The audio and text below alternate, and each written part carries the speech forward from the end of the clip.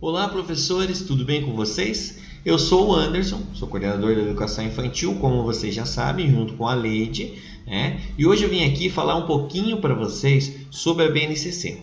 Como vocês já sabem, a BNCC já foi implementada há mais de um ano no município e com ela a nossa matriz, né? E cada instituição fez também o seu PPP.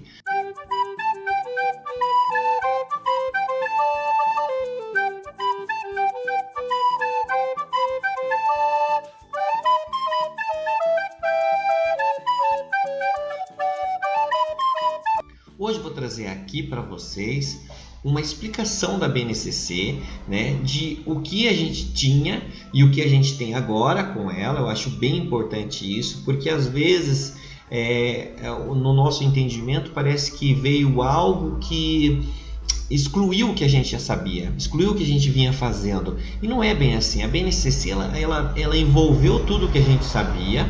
E aí ela trouxe uma nomenclatura diferente, uma estruturação diferente, né, para que a gente faça até com mais liberdade aquilo que a gente já vinha fazendo. E que é muito importante a gente, né, ter esse entendimento para que a gente possa aproveitar ao máximo a BNCC, né, principalmente na educação infantil. Veja que a educação infantil tem um pouquinho mais de 20 anos, então ela ainda está galgando algumas coisas e já é uma conquista enorme, né? Veja que o que a BNCC traz hoje para a gente são assuntos que já estão sendo discutidos lá fora há muito tempo, né? Vendo essa criança como um sujeito que deve participar, que deve ter a sua própria voz, deve ser autora da sua própria história. Então isso é muito bacana, né? Então eu vou trazer para vocês agora alguns slides mostrando para vocês o que era e o que veio a ser a nossa educação infantil, né? Trazendo uma nomenclatura mais antiga,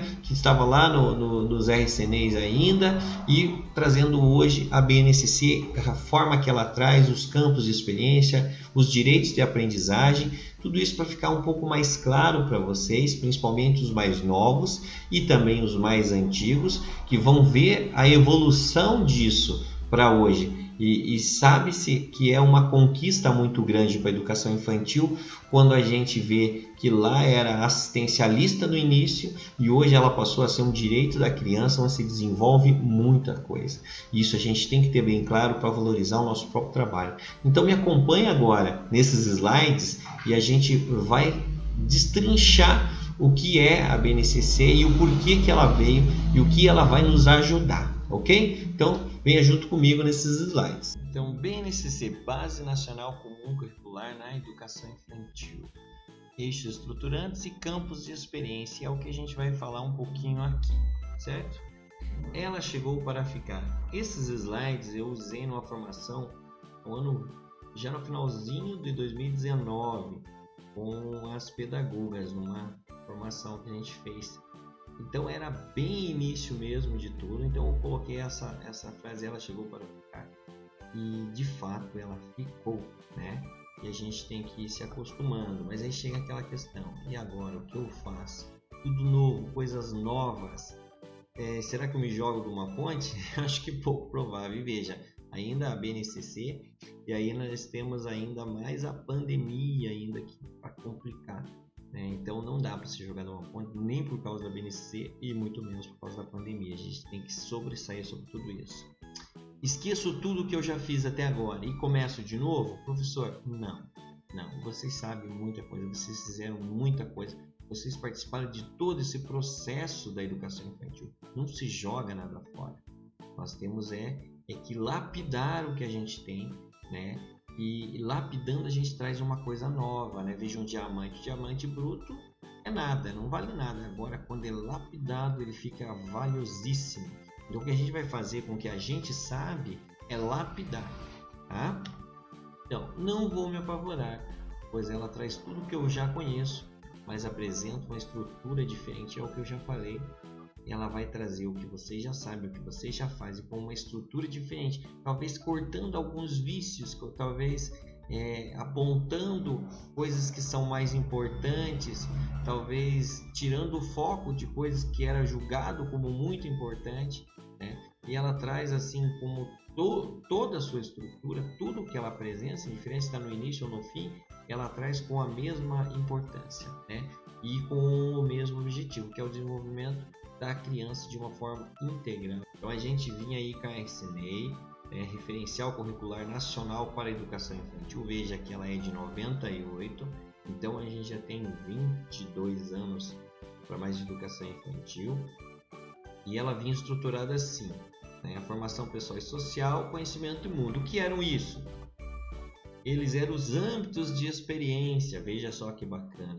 Então os âmbitos de experiência eram a formação pessoal e social e conhecimento de mundo. Veja, o que hoje nós temos é interações e brincadeiras. Então o que vai trazer como eixo, o que vai movimentar os nossos campos, são essas interações e brincadeiras. Então deixa de ser essa informação pessoal e social e conhecimento de mundo, porque isso vai existir? Claro que vai existir nas nossas vivências, no que a gente vai propor para a criança. Então aqui embaixo é o desmembramento disso. Nós temos ali identidade e autonomia, que vai entrar na formação pessoal e social, né? Artes visuais, movimento, música, linguagem oral, escrita, matemática, natureza e sociedade. O que era isso antes? Eram os eixos de trabalho que a gente tinha. Então esses eixos de trabalho eram o que nos norteava na educação infantil.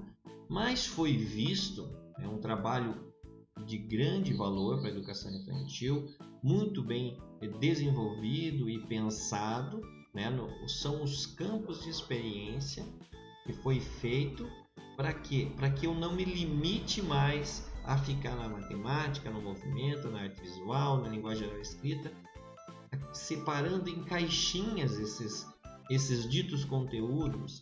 Por quê? Quando eu separo em caixinhas, eu vou trabalhar separadamente. Então eu trabalho a matemática longe do movimento, eu trabalho a matemática longe da música, eu trabalho a natureza e sociedade longe das artes visuais. Não tem como eu trabalhar separado, porque uma faz parte da outra, né? Veja, a música e a matemática tem tudo a ver, porque nasceu ali. A música é matemática pura, né? Se você for ver um violão, como funciona as notas musicais, é pura matemática.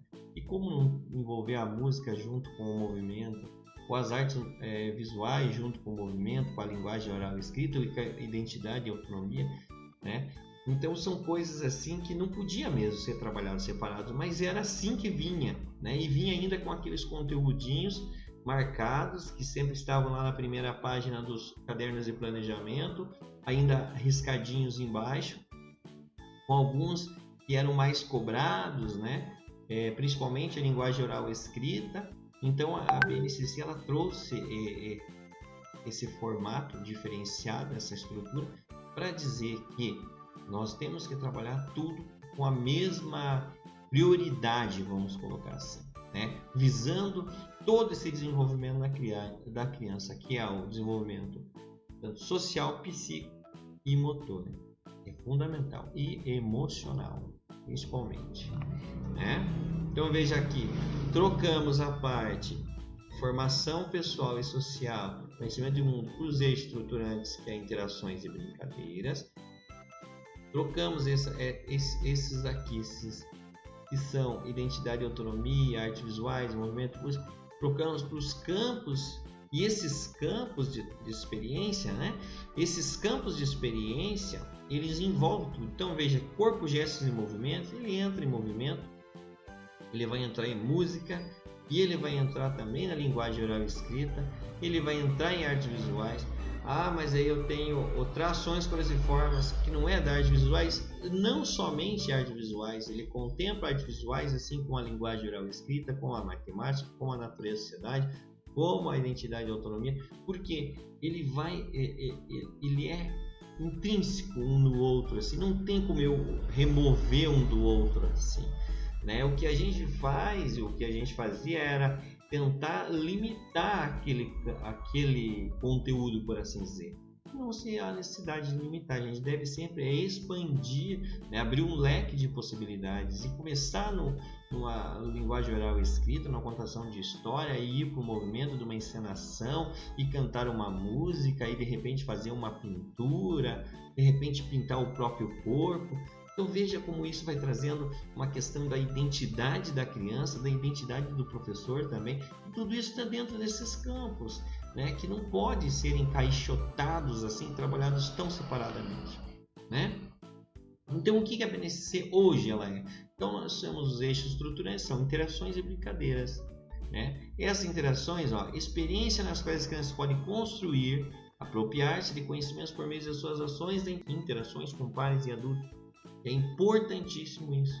A criança deve interagir com as outras crianças, mas também com os adultos. Então o professor, o educador, ele não pode estar acima da criança. Sempre ela tem que se colocar ao mesmo nível. E Janos Kozak fala que o adulto não quer ficar ao mesmo nível da criança porque ele tem que se elevar, não se abaixar. E elevar fica na ponta dos pés, onde a gente se cansa muito. Então você ficar ao nível da criança é agir da forma que ela age, né?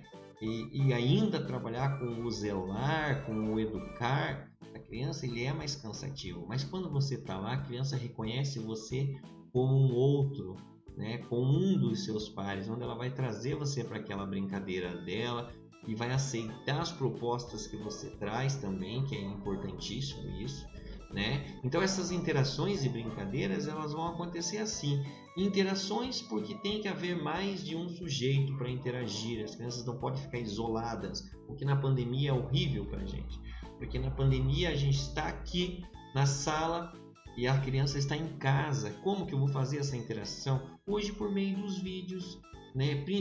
De preferência vídeos ao vivo com essa criança, no individual, falando diretamente para ela. Eu sei que o costume nosso é sempre falar como se fosse uma turma só, né? Então aquela turma você fala, gente, tudo bem com vocês? Mas quando a criança está em casa, não tem toda essa turma, todo esse grupo para conter a criança. Então você tem que ir no individual. Oi, você, como você está hoje? Porque assim ele se sente pertencente, valorizado. Ele fala, nossa, a professora está falando comigo. E isso vai trazendo ele para a atividade. Então, sempre que forem fazer uma atividade e propor uma interação com essas crianças, seja direta, fale para ela. Tá? Porque falando para ela, ela vai se aproximar mais de você. E aí vai gostar mais da proposta que você vai trazer. Né? E as brincadeiras, o que é a brincadeira? Veja só, a brincadeira ela vem do jogo, né? A brincadeira vem do lúdico, né? E o que é esse jogo, esse lúdico? É o prazer em fazer algo, tá? O jogo, né? Se a gente for pegar bem o significado de jogo, é o prazer do movimento, é o prazer de estar fazendo algo. Né? Então não é uma brincadeira, fica ali montando coisinhas, fica ali brincando. Não, a brincadeira se dá em todos os momentos em que você está sentindo prazer, né? Prazer em estar ali, prazer em fazer aquilo, prazer. Né? Então é isso que a gente vai trazer, uma interação que desperte um prazer na criança. Do prazer, seja do brincar, seja de fazer uma colagem, seja de pintar a mão, seja de apenas sair lá fora e catar umas pedrinhas. Isso tem que proporcionar prazer. Por que a criança brinca? Ela brinca porque aquilo dá prazer para ela. Ela fica ali, ela fica com uma pedrinha, vendo todos os aspectos por um tempo indeterminado. Você nunca sabe se ela vai ficar 1 minuto com aquela pedrinha, que pra gente às vezes não tem nem valor, uma pedrinha, ou vai ficar 10 minutos porque ela acha várias coisas para fazer e aquilo vai despertando prazer nela. Ou um bebê que com o próprio pé ele fica pegando o pé, ele mexe o dedinho, ele puxa o pé e põe na boca. Veja quanta coisa ele está trazendo prazer ali naquela atividade que é um jogo. Ele está interagindo com si mesmo. Agora, quando você participa ou um outro participa, enriquece ainda mais essa brincadeira, né? esse jogo que a criança tem. Então, interações e brincadeiras, elas significam isso. Você proporcionar interações, coisas que tragam aquela vontade de ficar mais naquilo, né? Que seria uma felicidade, por assim dizer. O jogo, a brincadeira é a felicidade, porque quando você está feliz, você quer que o tempo não passe, você quer que aquele momento não acabe, né? E é isso que a gente tem que proporcionar para a criança, momentos que ela queira que não acabe, né? Porque se ela está perguntando que horas acaba, ou até que eu, quando vou fazer isso, quer dizer que não tá certo, essa interação e brincadeira não está funcionando bem. E essas interações e brincadeiras, elas poderiam ser por elas mesmas, não precisaria colocar um campo, se a gente entendesse que eu tenho que trazer propostas que gerem interação e com essas interações proporcionem prazer, e isso junto com a aprendizagem, né? Se você está ali se relacionando com outras pessoas numa brincadeira que envolve materiais diferentes, isso vem na proposta do educador, né? Vai trazer materiais, vai criar um ambiente propício para que a criança se desenvolva. Ali ela vai gerar relações e vai gerar brincadeiras diferentes. Então, assim, essa brincadeira, essa interação, ela não está ali sem um propósito. Ela está ali, mas ela está ali porque você teve um objetivo, isso pautado em todos os campos e tudo mais, que você tem todas as suas teorias da tua formação, você tem um objetivo para aquele desenvolvimento, você vai propor uma coisa que quando a criança estiver naquele ambiente, ela vai se desenvolver mesmo não sabendo que você está trazendo algo com um propósito, mas você sabe, né? O importante sempre é que nós, enquanto educadores, saibamos o que está acontecendo dentro dessa sala ou o que aquela criança está fazendo com aquela proposta. Ele está pegando areia e colocando dentro de um potinho. O que é isso? Está trabalhando a noção cheio e vazio, né? Mas agora ele está pegando e colocando dentro de um litro que o bico é bem pequenininho assim. Está trabalhando a coordenação motora, a óculo manual, né? Ele está vendo e colocando. Veja quanta coisa a gente vai trabalhando, né? Eles estão organizando. Agora eu pedi para eles colocarem tudo no meio da sala. Depois eu vou pedir para que eles coloquem só os grandes. Vamos estar trabalhando noção de grandeza. Então, quantas coisas a gente pode trabalhar com a criança por meio de uma brincadeira? E só que a gente tem que ter isso muito claro para entender, né? Tá? Aqui, então agora, com esses campos de experiência, eles vêm para nos dar uma noção maior do que é esses dois eixos, o que é essas interações e brincadeiras. Então, dentro dos campos de experiência, ele vai nortear. Dá para trabalhar coisas assim, assim, assado. Eu posso envolver isso, isso e aquilo. Como assim? Dentro dos dois eixos de interações e brincadeiras, eu vou desenvolver o eu, o outro e o nós. Por quê? Eu vou desenvolver a criança, né? A identidade da criança, ela por ela mesma. Eu vou desenvolver a identidade dessa criança com o outro, né? E também dentro de um aspecto social, como é a identidade dessa criança vista de uma forma social, vista da forma ou na comunidade que ela está inserida, né? Então eu tenho que olhar para isso e conseguir ajudar ela a se desenvolver, a que ela tenha uma identidade nessa sociedade que ela vive, né? Então o eu, o outro, o nós, ele é fantástico, é o que mais devemos desenvolver na criança, é a identidade dela. E talvez devemos desenvolver isso, se ainda não foi bem desenvolvido, em nós mesmos, a identidade de um professor, a identidade do educador, o que eu sou, né? O que eu sou aqui, eu tenho que saber isso, tá? Então é importante que a gente tenha a noção do que é, qual é a nossa função para propor coisas para as nossas crianças, né? Propor vivências. Também temos o corpo, gesto e movimento. Então o corpo, gesto e movimento vai trazer toda a expressão corporal, né?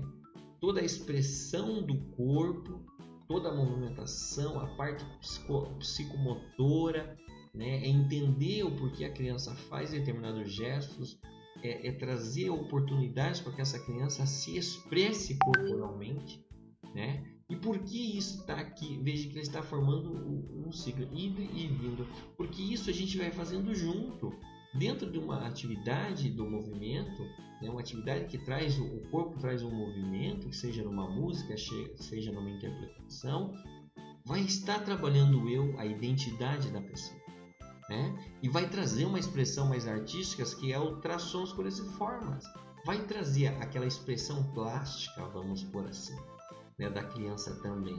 E aí nós vamos para os outros dois campos, que é escuta, fala, pensamento e imaginação, e espaço, tempo, quantidades, relações e transformações. Esses campos, eles vão trabalhar a parte da oralidade com a criança, Eles vão trabalhar a parte matemática com a criança, mas não de uma forma encaixotada, como a gente já vinha falando. Vai trabalhar de uma forma em que a criança ela consiga, por suas vivências, ter isso nela, ele descobrir essas noções que são fundamentais, como eu disse, na questão de pegar uma caixa, né, de pegar objetos, levar no meio da sala, pegar os objetos grandes, pegar um potinho, esvaziar, encher. Veja, isso está criando uma noção matemática, né, noção de grandeza, noção de medida, noção de espaço, tempo. Então são várias coisas que vai estar trabalhando, né? Mas a gente tem que saber identificar isso e saber como trazer esse propósito, né? A questão de você trazer para a criança uma questão de movimento, folhear um livro desenvolve a lateralidade da criança por meio do que? De experiências que ela usa os dois lados do corpo, né? Depois, se só bem depois, e vai ser importante mesmo, quando ela estiver quase lá no primeiro ano, ela vai pegar e vai ter, se ela ainda não tiver, a noção de qual lado é o direito e o esquerdo. Por que eu não preciso passar isso antes? Porque isso tem que estar nela.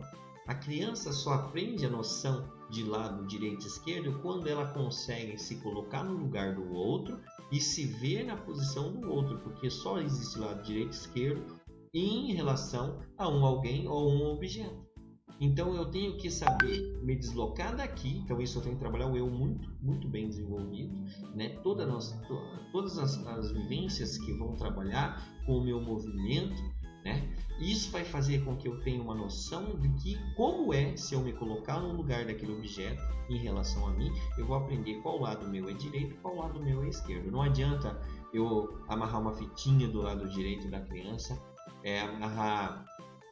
fazer uma letra do lado da criança, porque isso vai mecanizar uma forma de saber qual lado direito e o lado esquerdo, mas não vai ensinar ela só vai ter isso integrado se ela vivenciar situações que envolvam o seu lado esquerdo, o seu lado direito do corpo, né? Uma lateralidade cruzada e assim vai trazendo, proporcionando isso, é que a criança vai aprender. Não adianta eu colocar lá trabalhar lateralidade e falar corra para o lado direito da quadra, corra para o lado esquerdo.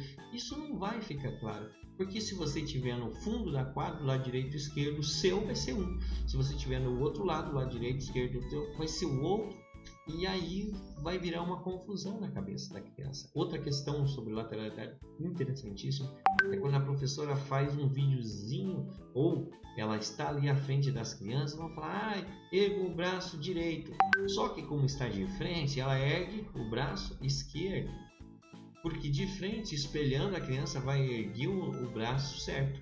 Mas isso não é importante, ela ergueu o braço certo. Ela tem que ter nela qual braço que é o certo, porque depois, quando eu chegar lá no primeiro, segundo ano, quando elas vão precisar folhear, vão precisar fazer uma escrita, né? Ela não vai saber qual lado que é o direito e o esquerdo. Agora a professora está de costas, passando no quadro, eu não sei mais qual lado que é o direito e o esquerdo. Então eu tenho que começar de um lado e ir para o outro, eu tenho que folhear o caderno de um jeito, eu vou ter que escrever de cima para baixo. São coisas que eu vou ter muitas vivências para quando eu chegar lá eu saiba fazer. Agora, se eu não proporciono isso, eu tento atravessar isso, pulando essas etapas, tentando trazer isso para mais quando eles são menores, quando não estão ainda maduros psicologicamente o suficiente para isso, eu vou atravessar e vou fazer com que eles não entendam isso. E quando chegar no primeiro e segundo ano que eles deviam ter isso bem vivenciado, eles não vão saber. Aí eu vou ter que voltar, né? Isso é uma coisa que o Valon falava muito. O Valon falava das etapas e quando essas etapas não são bem desenvolvidas, eu tenho que voltar a ela para desenvolver e conseguir sanar aquela defasagem que foi criada motor, né? Então, tanto o Valon quanto o Piaget, quando traz as etapas onde a gente deve respeitar muito, porque se eu tentar atravessar, acelerar essa ansiedade pedagógica que a gente tem de ensinar as coisas, acaba atrapalhando o desenvolvimento da criança. Isso é uma coisa que a gente tem que trazer para os pais. Não queira que teu filho leia antes dele estar pronto para ler, porque se ele fizer isso, ele não vai saber interpretar o que ele está fazendo, ele não vai saber o que ele está fazendo. E o importante é saber o que está fazendo, o porquê está fazendo, e quando fizer vai fazer bem feito, vai fazer de corpo inteiro, não vai fazer mecanicamente, vai fazer porque há um pensamento, um desenvolvimento cognitivo e uma inteligência ali. Tá? E isso é importante a gente saber nos campos. Os campos, eles existem para que a gente saiba que eles têm que ser trabalhados como um todo, né? Tem que proporcionar interações e brincadeiras, ou seja, interações que gerem prazer nessas atividades, e nisso eu vou conseguir desenvolver a criança em todos os sentidos. E as questões pedagógicas, que antes tinha momento pedagógico, não existem. Por quê? O momento pedagógico é o momento que você acolheu aquela criança, que ela chegou na instituição e você acolheu, você deu um abraço, você colocou, mas agora é pandemia, professor, eu não posso fazer isso. Mas o momento que você mandou um bom dia, que você fez uma videochamada, que você mandou um videozinho, trazendo para perto aquela criança. Isso é um momento também pedagógico, um momento que você fala para a criança como ela lavar as mãos. Dentro da instituição, você ensinar a lavar as mãos é totalmente pedagógico. Tudo o que a gente faz é pedagógico. Todas as explorações, todas as vivências, todas as propostas que estão dentro do CMEI, ele gera aprendizagem. Então ele é pedagógico. O momento que a criança acorda até o momento que ela vai dormir, ela está aprendendo constantemente, e a gente tem que saber disso. Tem que saber que a aprendizagem acontece. Ela acontece de uma forma pobre ou de uma forma enriquecida. Pobre quando não tem estímulo nenhum, quando é coisas muito taxadas, repetitivas e sem contexto. Repetitivas não porque a criança quer que seja repetitiva, é repetitiva porque é sobre a mesma coisa sempre, não há variação, não há coisas diferentes que envolvam aquilo, né? Agora, quando ela é rica, quando ela traz coisas novas, novidades para a criança, desperta a curiosidade, a aprendizagem ela sobe a um outro nível. E essa criança que está recebendo isso, que ela está ali, né, nessas vivências, nessas propostas, né, ela vai se desenvolver bem mais do que uma outra que não tem isso. É só você pegar num exemplo muito, muito simples. Se você pegar uma criança que tem um quintal em casa, que ela pode ficar lá brincando, que ela tem alguns objetos desestruturados, que ela tem que inventar coisas e colocar junto com outra que tem um quarto de apartamento, que os brinquedos dela são todos já comprados e prontos, você vai ver que há um desnível de inteligência. Por quê? Porque ela consegue, né, fazer coisas que despertam ainda mais a curiosidade e conhecimento, enquanto a outra já recebe pronta e não tem isso. Então esse é um exemplo para vocês verem que como uma criança que vive de uma forma em que ela não tem tudo pronto, ela se desenvolve mais cognitivamente do que um outro que recebe tudo pronto. Isso é para a gente saber que quando a gente vai desenvolver um cartaz com a criança, quando a gente vai desenvolver um painel ou fazer um cartãozinho, se a gente já vai deixar tudo pronto, não tem o porquê a criança fazer aquilo. Ela tem que participar de cada coisa, ela tem que escolher a cor daquele cartão, ela tem que escolher a tinta que ela vai usar, porque é dela, é ela que vai experienciar. Mas vai ficar feio, mas foi ela que fez, né? A gente já fez muita coisa assim quando era criança. Agora a gente já é adulto, a gente já tem uma noção mais estética, tem uma noção do que fica legal, o que não fica. Mas como que desenvolvemos isso? Por experiência.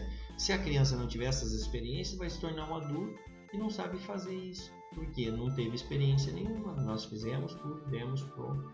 Isso não vamos dizer assim, não enriquece em nada a forma que a criança vai aprender. E a gente tem que dar para ela tudo para ela criar, para ela ter a autoria daquilo, para ela ser ela que fez, que colocou aquilo, né, seguindo o que ela gostava, seguindo o que ela pensou naquele momento.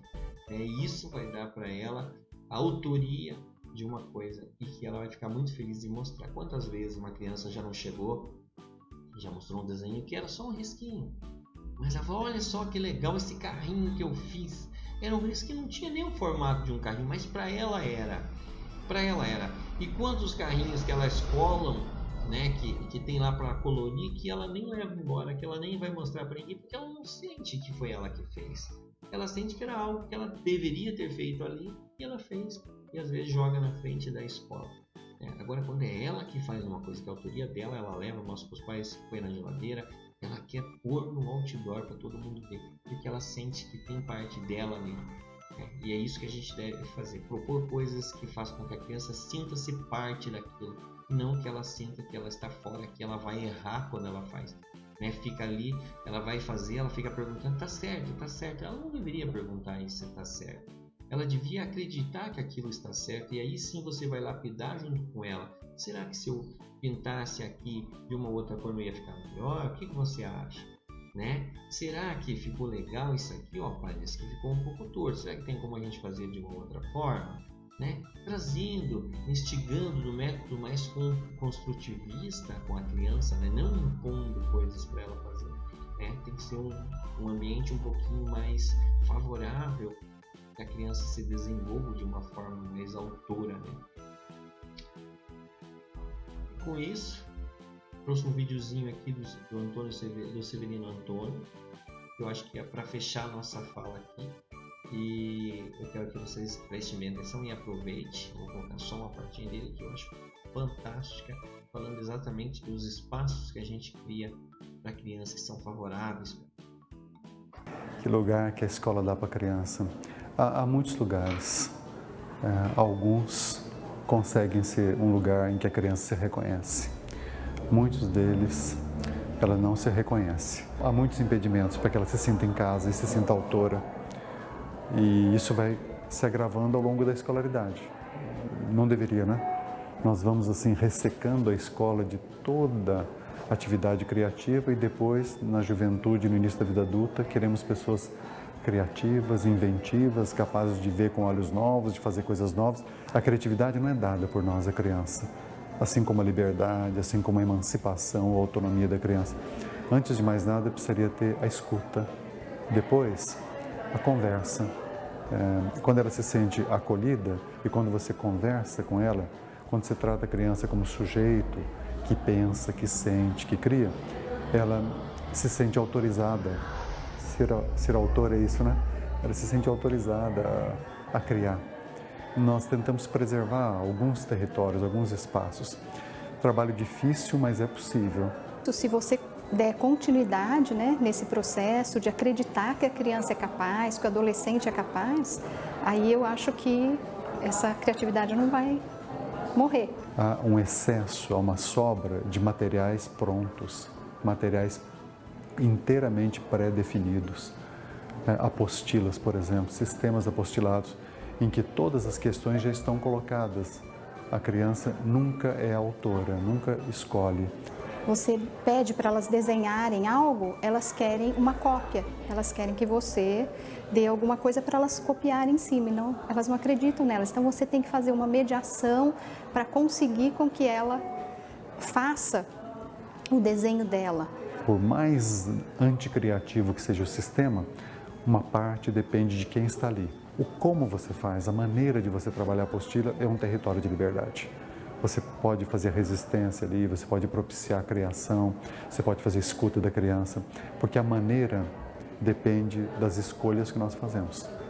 E o professor faz escolhas. As crianças têm cada vez menos tolerância entre eles, porque a pessoa que não se sente capaz, não se sente competente, ela precisa o tempo todo se defender ou atacar. Emancipado é aquele que fala as palavras próprias, que não fala pela voz do outro. E no mundo do hiperconsumo, nós falamos por slogans publicitários, não é mesmo? Nós falamos por jargões, por frases feitas. Nós não falamos a nossa própria voz. A via de buscar uma educação mais sensível, mais criadora, é uma via também de resistência às manipulações do consumismo. Um mundo que trata a criança como sujeito é um mundo que não reduz a criança ao adulto consumidor em miniatura, ou que vai seduzir os adultos para o consumo. Bom, esse vídeo veio para completar o que eu vinha falando sobre a BNCC, né? E o Severino e a Kátia são pessoas fantásticas, que eles têm uma sensibilidade enorme. Eu tenho colocado bastante os vídeos deles para vocês acessarem. Vale muito a pena, porque eles têm uma visão muito diferente sobre a criança, onde há muito respeito, há muita escuta da criança, né? E ele fala sobre essa questão do espaço que a gente cria para a criança. E eu acho que é isso que a gente deve levar como mensagem daqui. Trocou-se algumas nomenclaturas, mudou-se um pouco a estrutura, trouxe para a BNCC, mas é o nosso posicionamento agora que vai fazer a diferença, né? Não adianta a gente trazer toda uma concepção nova se a gente ficar com os pés plantados lá no passado ainda. É diferente. As crianças são diferentes, elas brincam de coisas diferentes, elas se interessam por coisas que a gente não se interessava na nossa infância. Mas a gente tem que aprender a ouvir, a escutar, porque ali também há prazer, ali também há diversão, ali também há construção de conhecimento. E a gente deve escutar e não impor o que a gente gostava, impor as coisas que a gente acredita ser o certo. É a gente tentar trazer coisas que eram boas junto com essas coisas que também são boas deles e trazer e construir algo com as crianças, que elas se sintam autoras daquilo. Agora pensa, você falar, essas crianças não sabem brincar.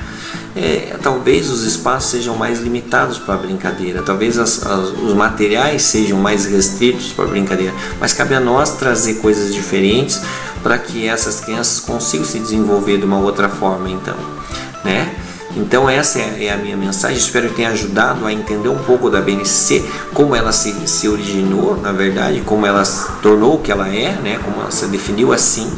E entendendo isso, a gente consegue ir para frente em outros aspectos também, tá bom? Então, um grande abraço e logo teremos mais vídeos para vocês, para ajudar a que vocês proponham coisas que realmente permitam que a criança se sinta autoras, né, da sua própria aprendizagem. Então, um grande abraço, até mais.